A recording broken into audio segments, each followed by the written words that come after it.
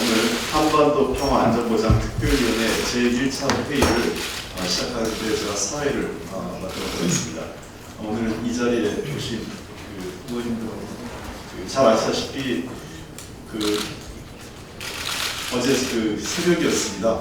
새벽에 남북한 간의 군사적 충돌을 극적으로 대화로 해결할 수 있는 것에 극적으로 합의했기 때문에 이제 항구적인 좀 더 지속적이고 안정적인 남북 관계를 위해서 야당도 적극적으로 이런 이슈에 대해서 우리가 중심적인 역할, 주도적인 역할을 해야겠다는 것에서 이런 모임을 만들었습니다. 그래서 대표님께서 문재인 당대표께서 직접 이 모임을 구성하셨고 잘 아시다시피 이 6.15 남북 정상회담에 3파 역할을 하셨고 오랫동안 남북 관계 역할을 해주셨던 박지원 전 대표님께서 이 남북한 한반도 평화안전보장 특별위원회 위원장직을 맡으시게 됐습니다. 그래서 오늘 1차 회의 시작을 알리도록 하겠습니다. 우리 새정치민주화 한반도 평화안전보장위 보장 특별위원회 제1차 회의를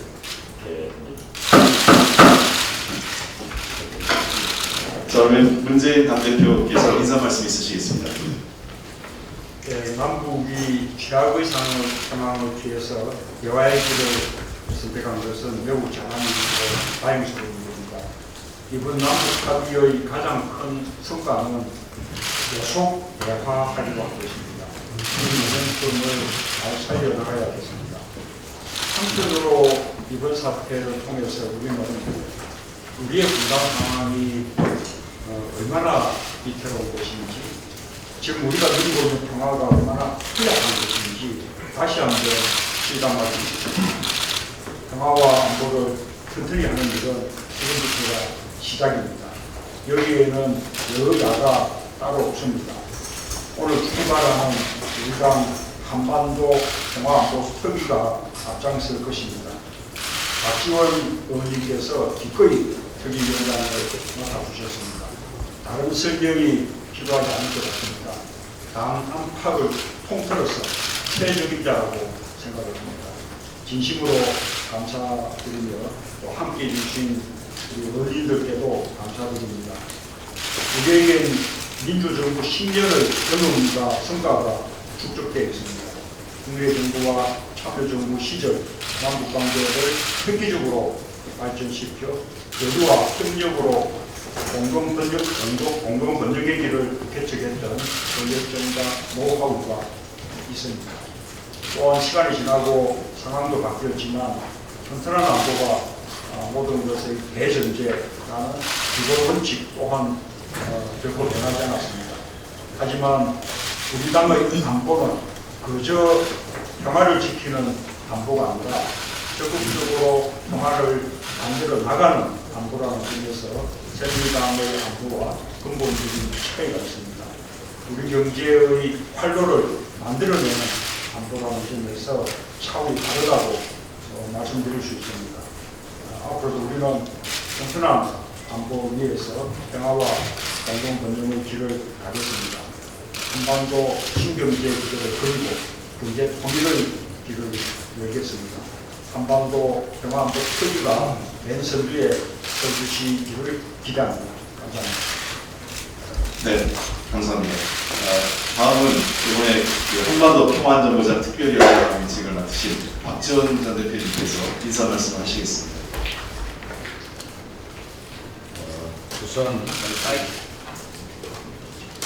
우선 이론으로 참여해 주신 의원님들께 감사의 말씀드립니다.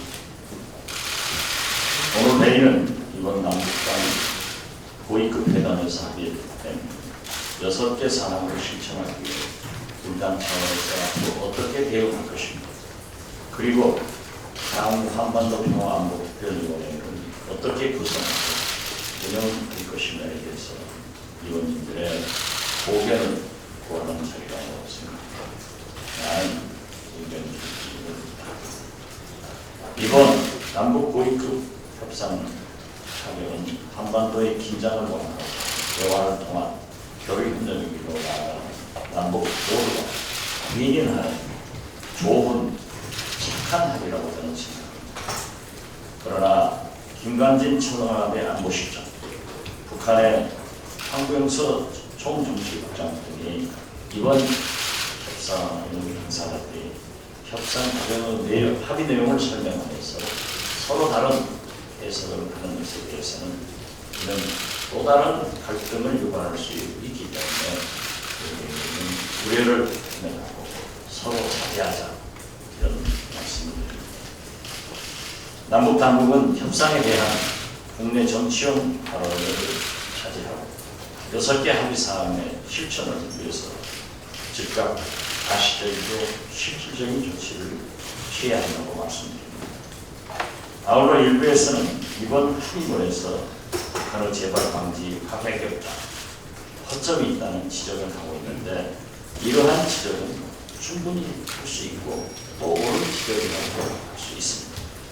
그러나 이번 합의는 남북이 확성기 대 확성기, 포격 대 포격, 일촉즉발의 상황에서 서로 인내를 하고 양보를 해서 또대는 최상의 결과물이 그런 점에서 저는 박근혜 대통령, 김정은 위원장 모두 잘하셨다고 생각합니다.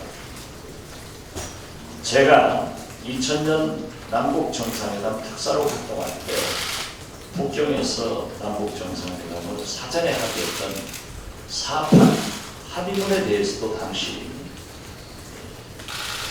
여러 전문가들이 이유를 제기했습니다. 즉 4판 합의문에는 상당히 애매모호한 것들이 많았습니다. 역사적 상봉과 정상회담을 한다. 이런 표현을 갖고 있고 역사적 상봉은 김대중 대통령과 김정일 위원장하고 정상회담은 김대중 대통령과 북한 헌법서열 1위인 국가수반인 김영남 상임위원장하고 할 것 아니냐. 또 김일성 시신이 안치되어 있는 금수산 궁전의 참배를 하지 않는다는 것을 왜 명문하지 않았느냐 하는 이유를 참으로 많이 제기했습니다. 그러나 그때마다 우리는 잘 될 것이다 하고 국민을 설득했고 그 결과는 잘 된 것으로 나타났습니다. 역사적인 얘기로 공동선언이 발표되지 않습니다. 이번에도 이 고위급 회담 합의문에 대해서 어떤 해석과 평가보다는 합의된 6개 사항을 남북이 실천해서 신뢰를 쌓는 것이 더욱 중요하다고 말씀을 드립니다. 우리는 이산가족 상봉, 5.24 조치 해제, 금강산 개선 관광 등의 재개 등 남북 현안을 논의하기 위해서도 남북 당국과 회담도 조속하게 열려야 한다고 생각합니다. 또한 민간 교류 협력 차원에서도 우리 전경련에서 제안한 서울과 평양에 남북 경제단체 연락사무소를 설치하자는 등 여러 가지 제안이 있습니다. 이러한 것을 착착 진행할 때 우리 당의 문재인 대통령께서 주장하신 경제통일의 시대가 반드시 열릴 것이라고 저는 생각을 합니다. 아울러 이러한 대화와 교류협력을 바탕으로 조속한 시기에 남북 정상도 만나야 된다고 저는 생각합니다. 끝으로 지금 현재 박근혜 대통령의 대북 원칙이 통했다. 대통령께서 잘하셨습니다. 그러나 이것을 너무 강조를 하면은 북한에서도 우리가 이렇게 했다 하고 갈등을 유발시키기 때문에 이번의 가장 큰 성과는 우리 국민이 총화적으로 협력을 했고 야당이 초당적으로 협력한 결과이기 때문에 모두에게 공을 나누면서 남북과 새로운 시대를 여는데 노력했다 하는 말씀을 드리고 우리 특위에서 앞으로 진전되는 상황에 대해서 정부에 조언할 것을 조언하고 건의할 것은 건의하고 또 북한이 잘못하고 또 과감하게 지적하고 우리 정부가 바르게 남북관계 정립을 할 수 있도록 최대로 협력하겠다는 말씀을 드립니다. 감사합니다. 네, 감사합니다. 지금 이 자리에는 이번 특별위원회 같이 하시는 우리 도정환 의원님, 그리고 윤덕 의원님, 김광민 의원님, 그다음에 한정희 의원님, 저쪽에 민홍철 의원님, 그다음에 유대훈 의원님, 김현 의원님, 서영규 의원님, 그리고 이찬열 의원님이 함께 하셨습니다. 그 외에도 한 20여 분 가까이 지금 이미 참여를 확정하셨고요. 저희 당규에 따르면 특별위원회는 32명으로 구성되기 때문에 추가로 아마 더 함께 하실 의원들이 계신 것으로 알고 있습니다.